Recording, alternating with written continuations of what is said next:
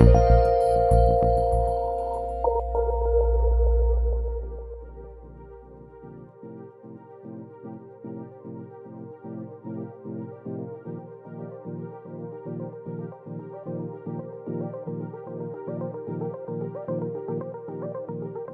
you're Chief Executive of Herbert Smith Freehills. So much on your agenda at the top of the firm, and yet today we're talking about diversity and inclusion. Why is that? I guess I was convinced of the importance of diversity and inclusion just through my own experiences in working with diverse clients and diverse people. Gets better outcomes and it's more fun. How does it feel to be a white male championing diversity and inclusion in a firm like this? I sometimes ask myself, am I the right person to be pushing this agenda? And I think the answer is why not? Anyone can do it. You just have to believe in it and put the time and effort into it. So I think it is valid to have someone like myself involved in a strategy and an agenda item like this.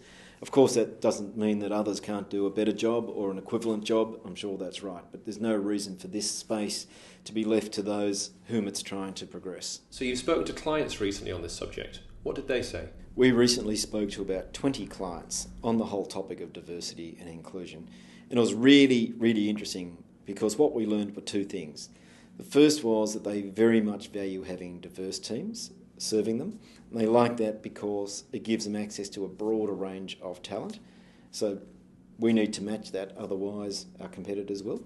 And the second thing they told us was that it's important to them and that in a relationship of trust and confidence, they would expect us to be committing to this area as well. This is a great area to collaborate with clients.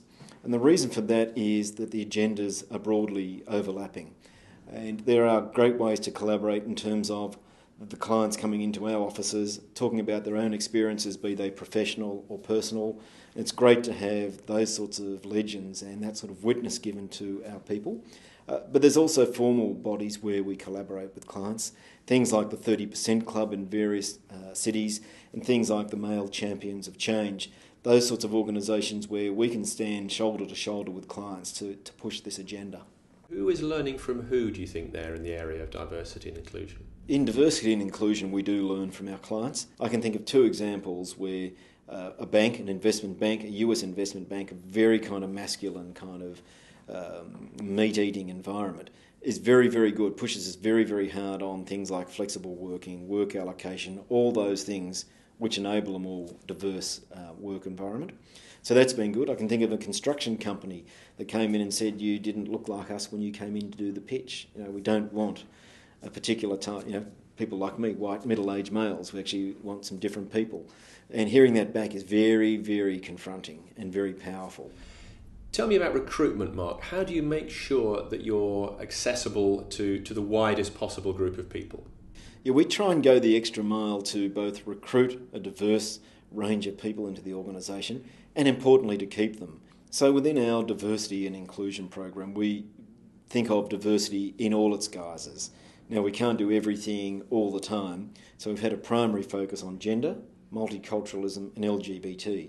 So we have a big focus around making sure we don't bring our biases into that selection process. We have to constantly challenge ourselves that we're not doing that.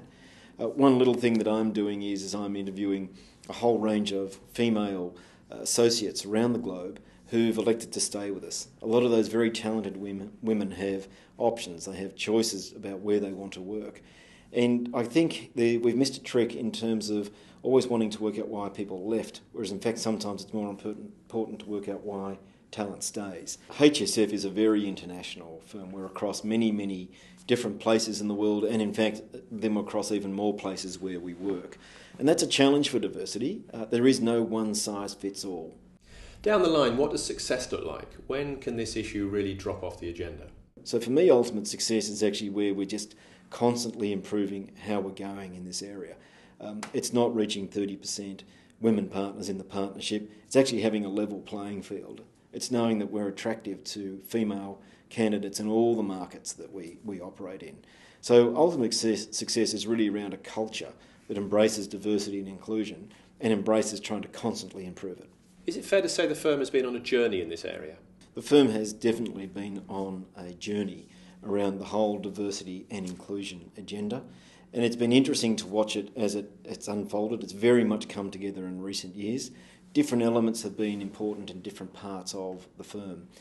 The interesting thing about a journey is you're always better today than you were yesterday, but not as good as you want to be tomorrow. And so that's our challenge, is always to find out how we can do things better than we've done them before. Mark, thank you for your time today.